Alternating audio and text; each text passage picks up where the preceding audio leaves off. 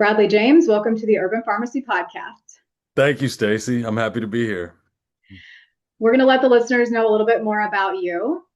Bradley is a long-term meditation teacher and practitioner who spent 3 years helping lead the Southeast Vipassana Center in Southern Georgia. With thousands of hours spent in silence and many 10 to 30-day retreats, his practice centers on slowing down, creating space for the quiet moments, and these are the moments that most people rush past. His years of travel from hiking the Himalayas and Patagonia to completing the Pacific Crest Trail and backpacking through South America have shaped his simple and grounded approach to life. Bradley is a true creative soul.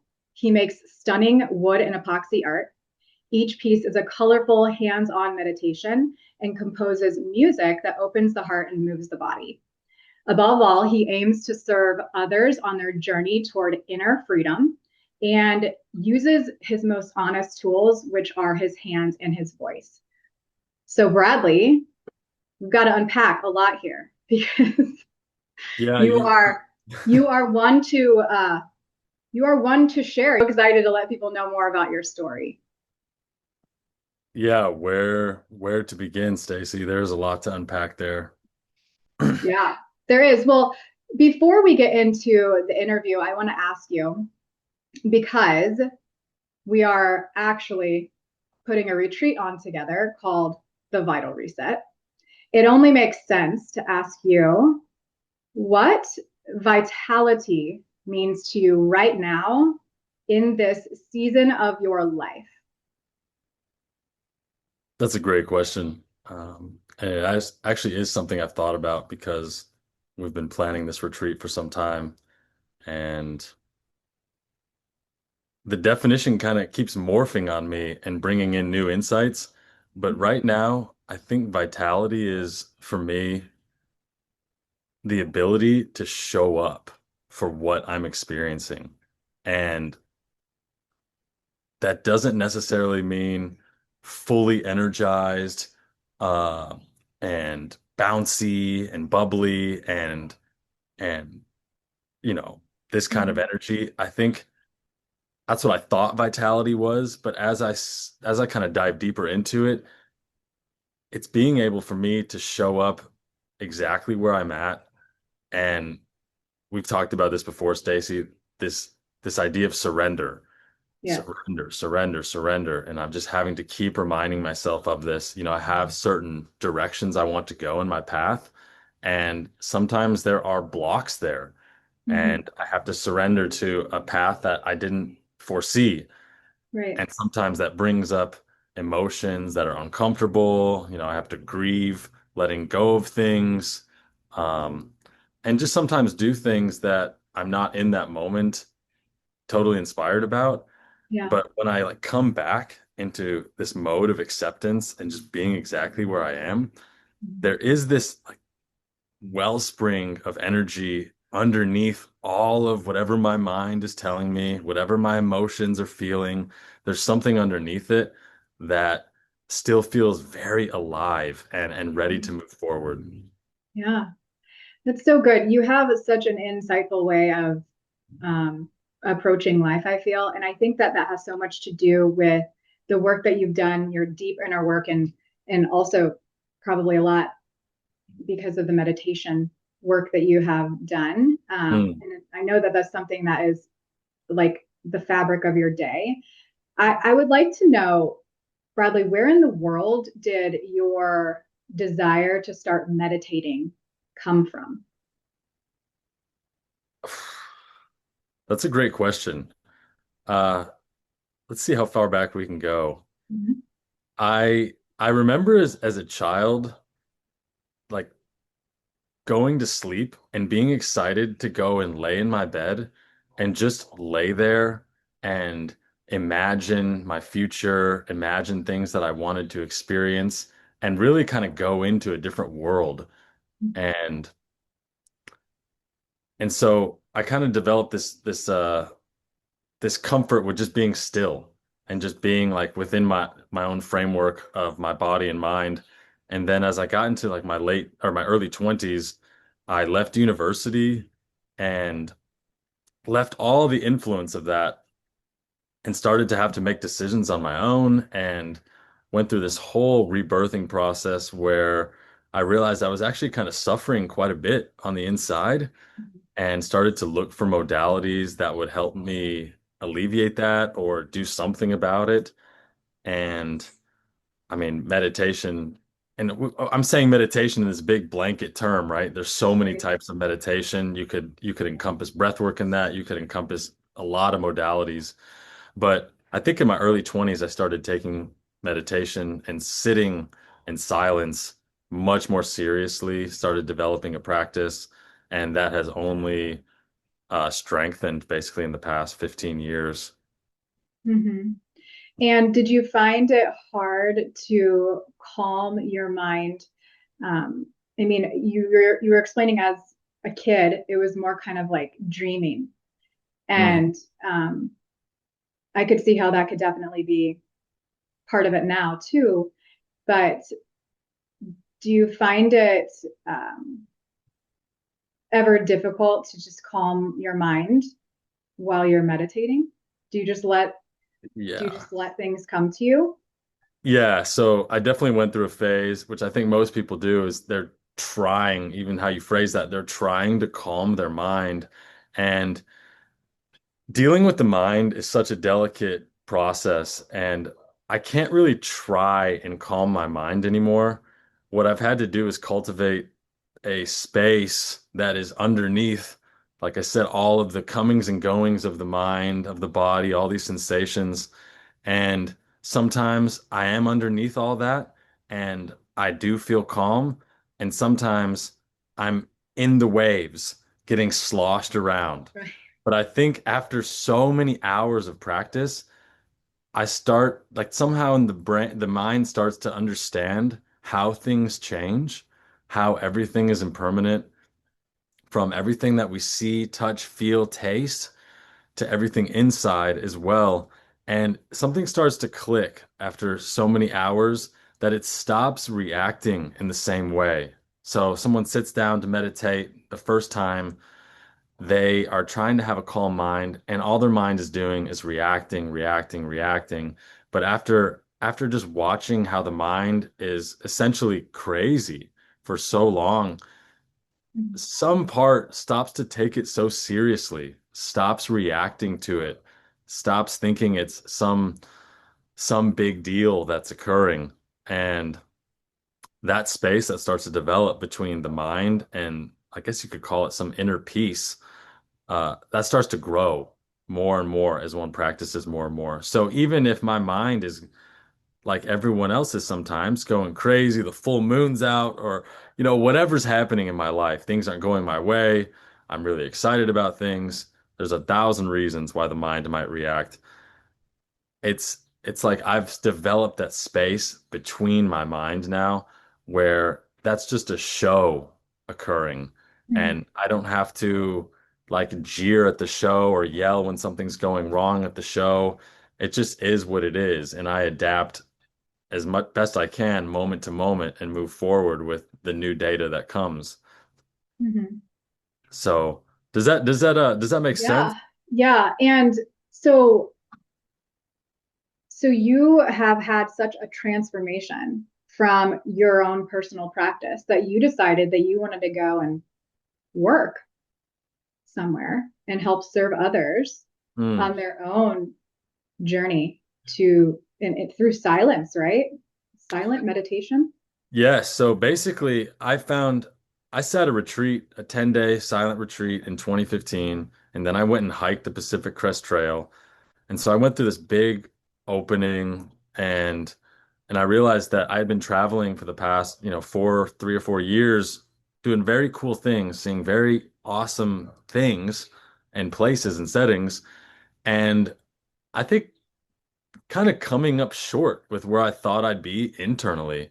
And and so I realized I needed to devote more time to this practice more seriously because I felt like just going and experiencing new things was me kind of just spinning my wheels. Mhm. And I needed to just put a break on that and sit down, And so I decided to serve at this meditation center to actually deepen my practice.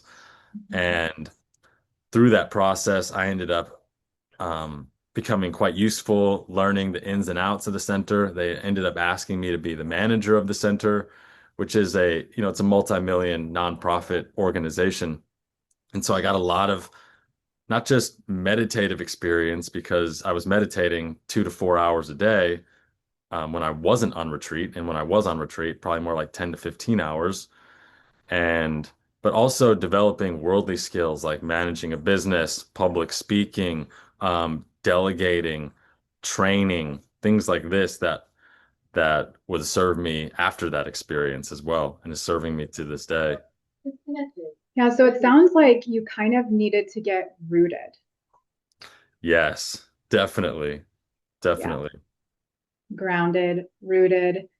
I think a lot of people that are listening can probably relate to that.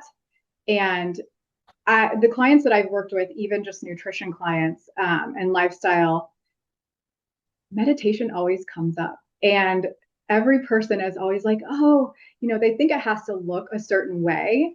And while you're saying you did, and you typically practice like a silent meditation, like you mentioned before, meditation can look so many different ways. And I think this is a good time to let people understand that meditation in general is a personal journey, and and it can look so many ways. You don't have to sit down in silence. You can, I mean, gosh, I've even told my clients like washing the dishes. If you need to make that your meditation, make that your meditation, right? Like, just start and begin to go inward and to just get more in tune with your mind and body connection. I think that that's one of the most beautiful things about meditation in general and all of the different practices that I love and adore. Most people are just not, they're not connected. And I think that's a huge piece of healing. So I love that you shared your journey. Thank you so much. Appreciate that. So when You're you right. were, do what?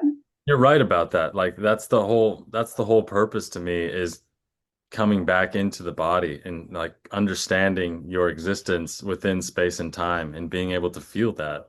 And even though when I sit in silence, that's a way for me to formally practice, the goal is to be doing it when I'm doing the dishes. I'm aware of what I'm feeling. I'm aware of my hands. I'm aware of how the water feels touching it or anything happening within my body. Or when I'm walking, like that's the idea is that it goes moment to moment throughout my entire existence. Yeah. In this day and age, most people are just walking around in fight or flight. They're literally living in sympathetic state, and it's causing a lot of dis-ease. Hmm. And although there are so many environmental toxins and the food is gross and all of that stuff, The game is challenging. it's very challenging. There's a lot of things that are coming our way. We can start with this free, easily accessible modality to help calm our nervous system, get into our body, Yeah. and slow down and start to reflect on what's going on in life. And it's just so powerful. So I want to ask you, what then, after your journey at the center, what then inspired you to continue helping people with their own nervous systems and guiding meditations? Because that's actually that's how I met you. I actually met you at the Mm. vegan wellness retreat in Michigan. Even though you said that we met before at other festivals, I finally actually met you. And I'm saying this in this way.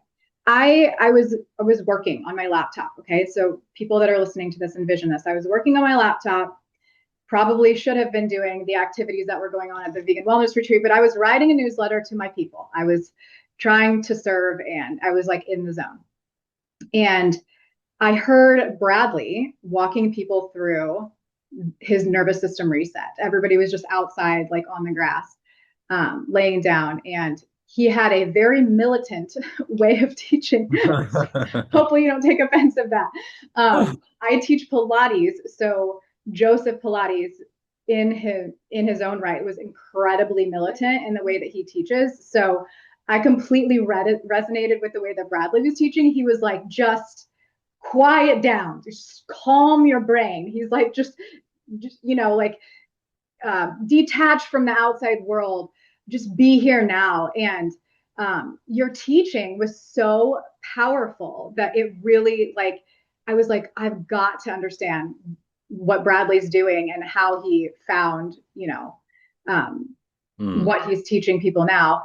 It really, really resonated with me. So I want to know from you, why did you want to start helping people go through their own journey after you left the center?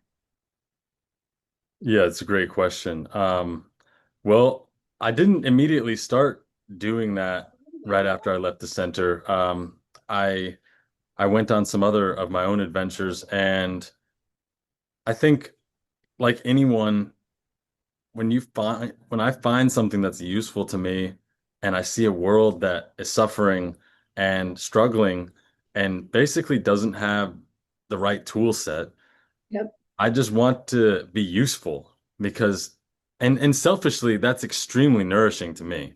When I'm Yeah. useful and someone comes up to me after and says, that is the most relaxed I've ever felt in my entire life, or an 85-year-old woman saying, I was crying. I've never felt just relaxed like that, then I'm totally nourished by that. So Totally. that kind of feedback, I think if a friend owns a yoga studio here in the area, had me come and do a class, and I started doing a class like every week or so for some time, and then started doing it at the fruit festivals because I thought it'd be a good way for me to exchange for tickets Yep. to attend. And then I just kept getting better and better feedback as I started doing it.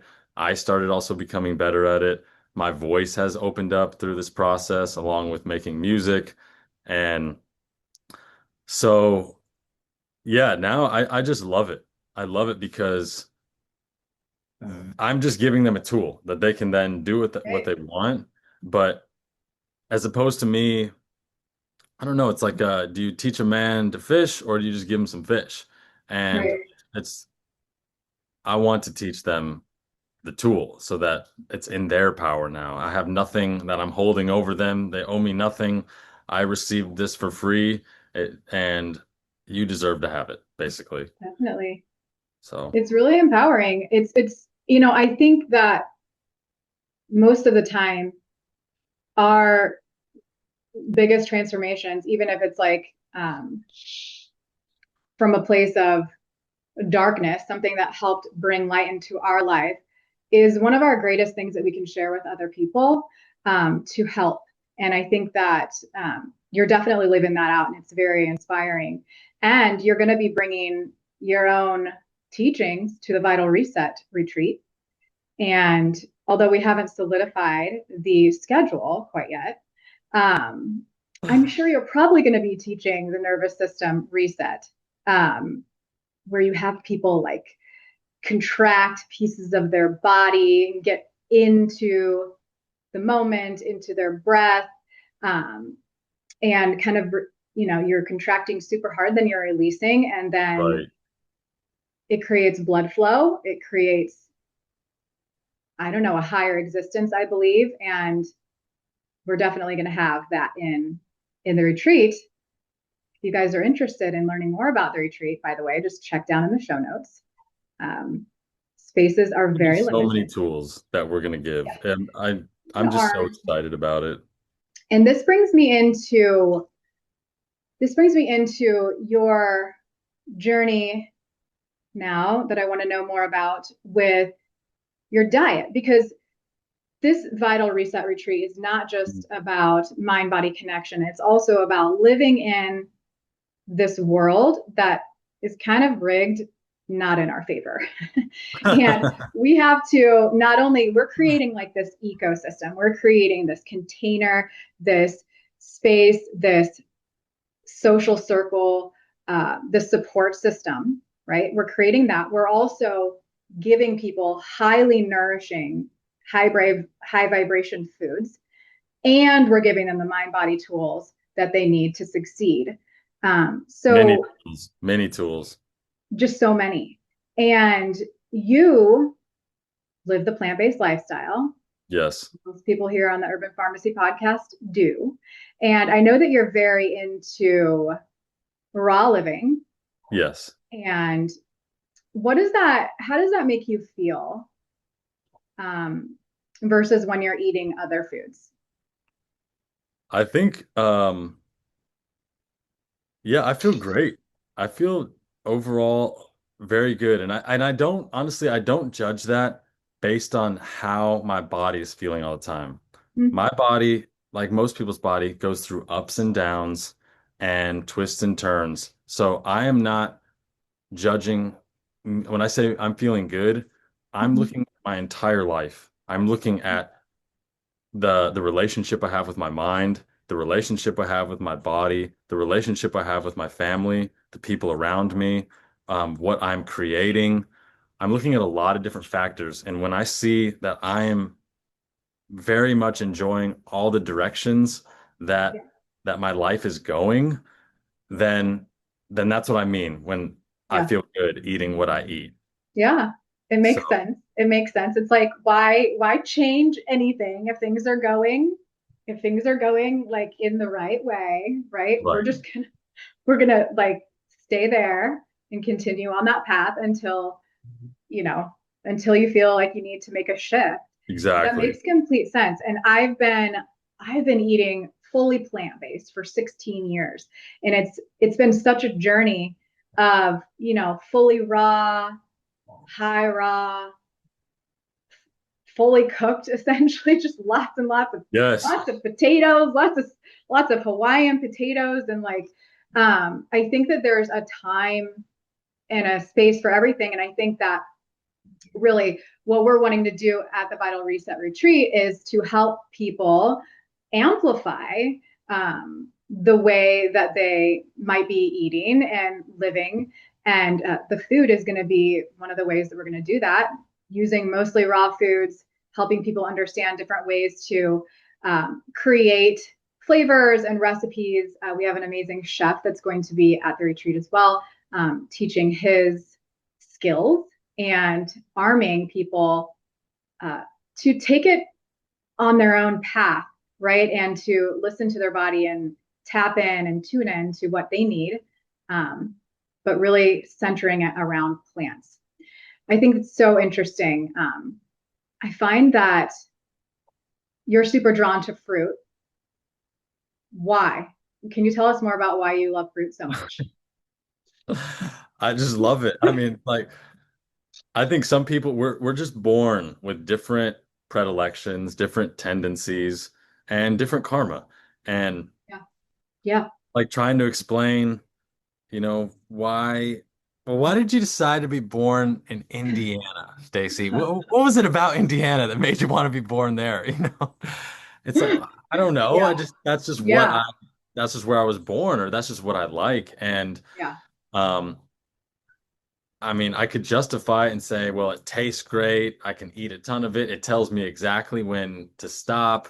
Um, there's something about picking it off a tree that is just magical. Yeah. But at the end of the day, it's like I just like it because that's what I like, you Yeah. know? Well, yeah, and I think a lot of people want to hear those things like picking it off the tree. It gets me satiated. It has the structured water. It has this vibe to it. All these people are Right. wanting to understand like what is it, right? Because actually, the more that I work with people with nutrition, the more that I find many people are avoiding fruit, and it's really, really sad. And that's just because of what our society has taught, and the food pyramid and all of that stuff out there that is programming people to not just lean into like God's greatest gifts, just I mean these beautiful fruits that just fall off the tree when they're ready to be eaten. And I have clients who have reversed their type 2 diabetes with tons and tons of fruit. I mean, it's beautiful. And I wanted people to get inspired. So thank you for sharing that. But yeah, you're right. I think a lot of Yeah. people are intuitively drawn to it, but because of societal norms, they're hesitant with fruit. So Well, and I think that's a big part of like when we come back into our body, this is why I think it's so important. When we come back in here and start understanding this relationship, we stop relying on opinions of others. We stop with the dogma of what I should do, what I should eat, how I should live, what kind of exercises I need to be doing. And we start coming back in here, and our decisions come from within. Instead of coming Yeah. from without, they Yeah. start coming from within. And we start to live out our own unique, idiosyncratic path. And that is amazing. Yeah. When even just one person can do that on this world, I mean, that just has a ripple effect on everyone around them. So, Huge. and that just comes from coming back within, coming back within. And then the dogma starts going, like you said it brilliantly. Um, it becomes intuitive. You It's know, it's the yeah, truth. Yeah. you've been through all these different phases of what you eat, and that's because you're following your own impetus. And Yeah. yes, we go outside, we look for information and inspiration, nothing wrong with that.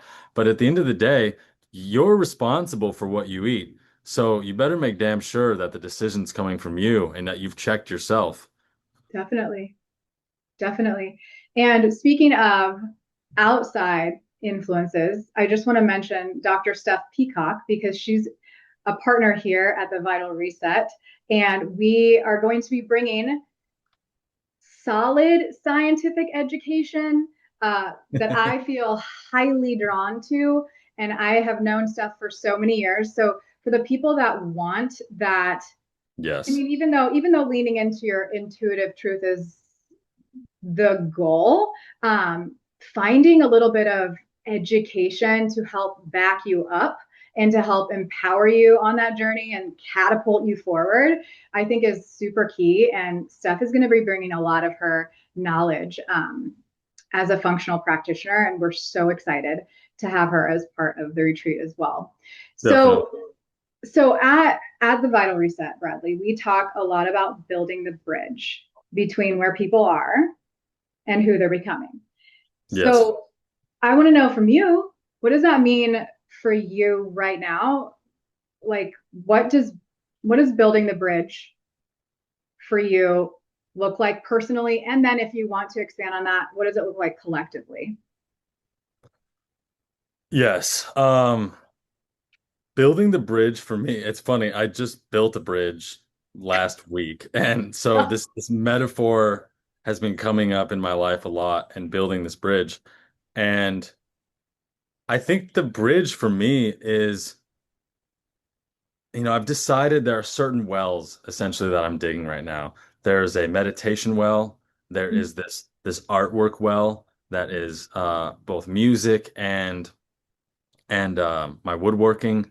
There's family, there's friends, there's the retreat, and this service. I'll just lump yeah. that into service. Mm-hmm. So for me, the bridge is just digging each of those wells deeper and deeper. I've kind of Mm-hmm. like just committed to these things, and I know that there's more and more treasure to be found. I just keep day by day putting in more work to dig deeper into those, to find more insights out, to refine my craft more, to understand how I can serve better, to serve myself better, to serve family better, to create more gripping and emotional pieces, music that really allows me to process things and also helps other people process things. And I don't know, that's the bridge for me is going deeper. And, Yeah. and how that's playing out in my life right now is my music is becoming uh I just love it. I love what I'm making. My woodwork is becoming amazing, much more refined. I'm spending a lot of time working on like subtleties in my body, opening different areas, recognizing where weaknesses are, and actively going into those areas, and strengthening those areas. So, and finding my discomfort as well, and Mm-hmm. going toward that more and more. So, all while trying to maintain a balanced mind and the practices that I employ to help me with that. So, I'm a manifesting generator. If you know anything about that, I've got a lot of things going on and I can keep Mm-hmm. track of a lot of things. Um, so I'm a busy person overall. Yeah. And I think that the more that this is something that I tell people when it comes to like for women, for Yes. example, um, it's not vanity to care about the way that you look and to nurture yourself and to care about the way that you feel and to say no uh, to foods that don't serve you and to say no to people that don't serve you.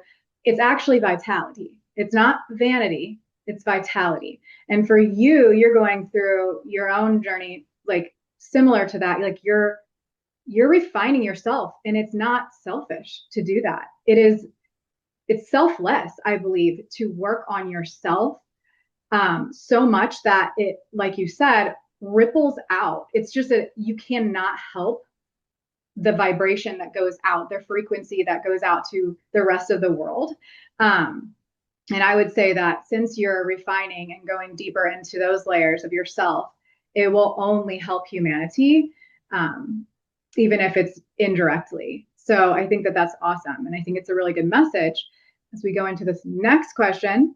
Um, since you're refining and you're getting more grounded and you're a conscious man, not a lot of, not a, I don't know a lot of men that are into mind body. Now, there are a lot out there, okay, but I just personally don't know a lot. All right. There's typically a lot more women in the mind body space. But Mm. as a man in this space, what do you think men are craving the most? And how can they start doing the inner work? What comes to mind for me is men are craving camaraderie and brotherhood. Mm-hmm. And I've just found that that's something that's been with me throughout my entire life.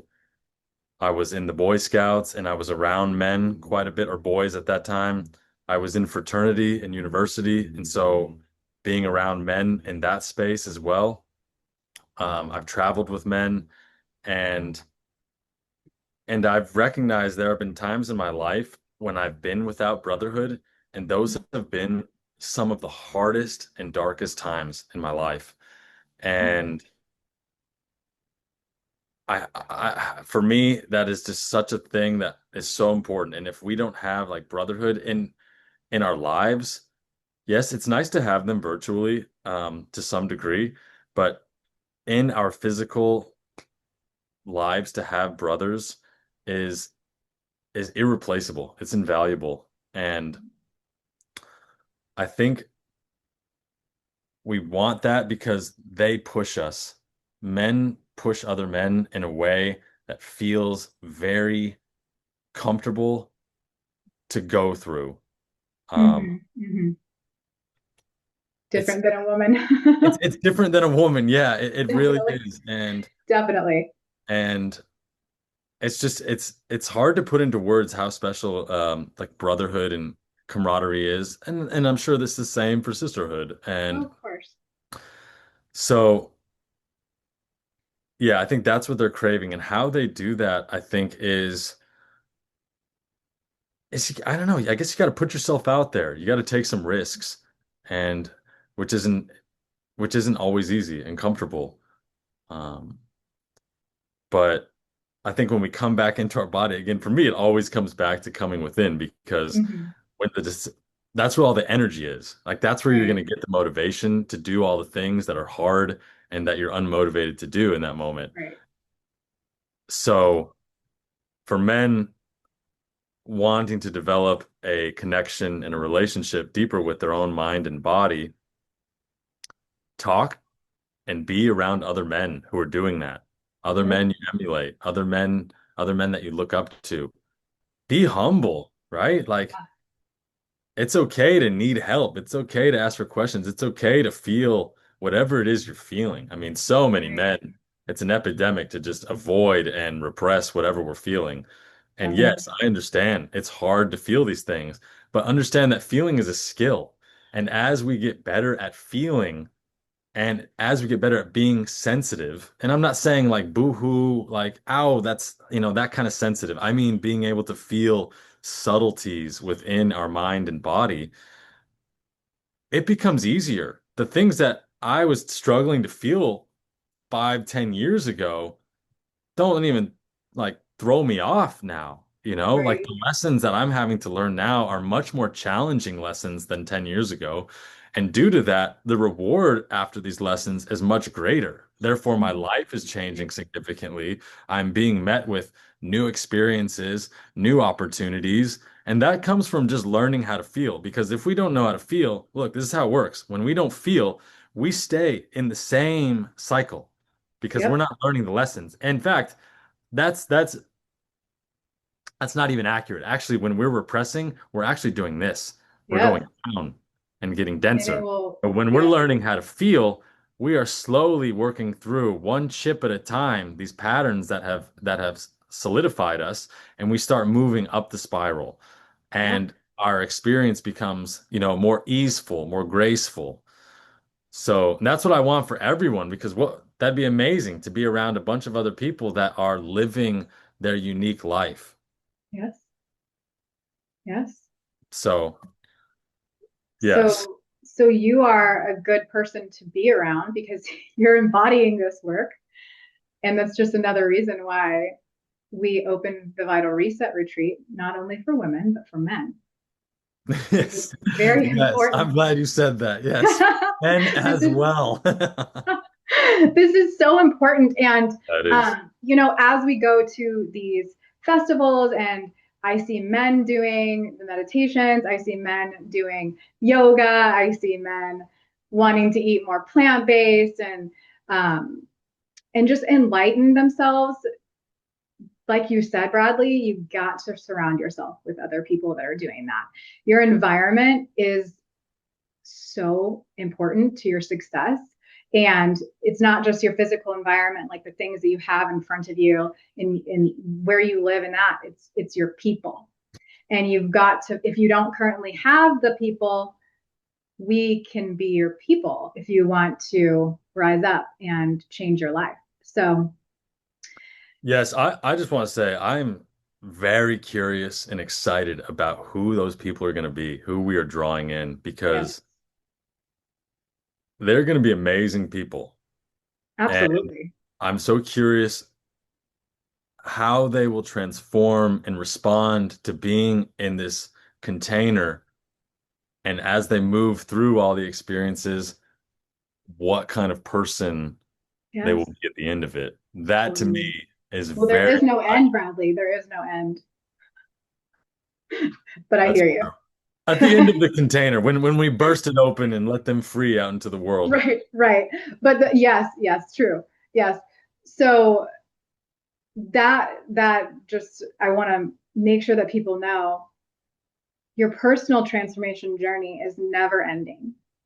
So we can't view it as such. We have to make sure that we have an open heart and an open mind enough to know that we can always refine, we can always make new, we can always continue to grow and become more. And ultimately, that will help everybody else around us. And as we start to close up, this brings me to one more thing that I want to ask you about. Well, you talk about surrender a lot. Maybe we'll have another episode with Steph and talk about that, as that kind of applies to like personal transformation. But you always talk about impermanence and how do you think that that can translate to the people that are listening um, when it comes to just their own path to becoming their highest version? I'm not sure if that's too heavy of a question or too deep, or if you have any sort of insightful answer for that. Yeah, absolutely. Uh, well, I think I'll preface it with saying that you touched on being in process basically. And I know at our retreat, that will be a kind of a cornerstone is understanding process and being process oriented and how to navigate your process essentially because Stacey's right. There's no like end here, right? There's a process of becoming and becoming and becoming and becoming, and that keeps going. But in that process of becoming, something has to be shed. for something new to arise. So there's this rebirthing and dying, this rebirthing and dying Yep. that keeps going. And that is essentially impermanence, right? So if we can slowly integrate this idea of impermanence into our experience, because it's just if it's just an idea, yes, everything dies, everything is born, etc. Like that does nothing. That can help just to a very small degree, but we really need it to sink in. And how it sinks in is being able to experience impermanence. And how one experiences impermanence is by becoming aware of what's happening outside and what's happening within. Because if you start to pay attention and get better at paying attention, you'll start to see that everything is changing. Yeah. Everything is changing. The pain that you go through is changing. It's not always there. It doesn't last forever. The pleasure you go through is there. It doesn't always last forever. So as we become aware of this, our mind stops reacting, stops wanting to push away things that it doesn't like, and stops trying to cling to things that it likes. And this is very important because you wouldn't believe how much tension and how much energy is wasted on these two illusions of Yeah. thinking that what you want can stay forever and that what you don't want can stay away forever. And once we Right. abandon those things, and it happens little by little, once we abandon those things and start to really understand impermanence in our heart, in our body, then we let go of that illusory nature. We Yeah. start accepting what comes And and surrender. That's yeah, right. we stop clinging. So what does that Yeah. mean? What does that mean is that when something comes that we don't want, that means we can first accept it and then come up with a practical, grounded solution for dealing with that thing. Hmm. But it has to come from a place of acceptance because if it comes from a place of just reactivity, trying to get rid of it as soon as we see it or as soon as we feel it, then we are not going to learn the lesson and we're going to go back to that spiral, right? So by feeling it and being in a grounded space to deal with it, then we actually learn the lesson. And conversely, when something happens that we really enjoy, we're no longer spending all this energy squeezing onto it, trying to hold it as Yeah. tight as we can. We get to enjoy it with open arms, knowing damn well it's not going to last forever, but we Right. get to really enjoy it. So Yeah. these are kind of the gifts that I invite you and anyone listening to start opening up to in your experience at this retreat, wherever, because there is a whole nother life, a whole nother you on the other side of reactivity. Hmm. Yeah. So good. We're going to close it there. Done. That was a powerful message. And like I said, guys, we'll be talking more with Bradley. We're going to be bringing Steph in. We're going to be sharing more insights and wisdom and pieces of our journey with you so that you can continue on your path to better living and finding your ultimate version. And do you have anything else you want to say, Bradley? We're wrapping this episode up, but Stacy, I'm just so appreciative of the time and space and I hope we do this again. I'm really excited to continue working and for anyone deciding to look into this retreat, check it out. We're yeah, here for you. We're here to serve. we really can't wait to see you. And with that, we'll see you soon.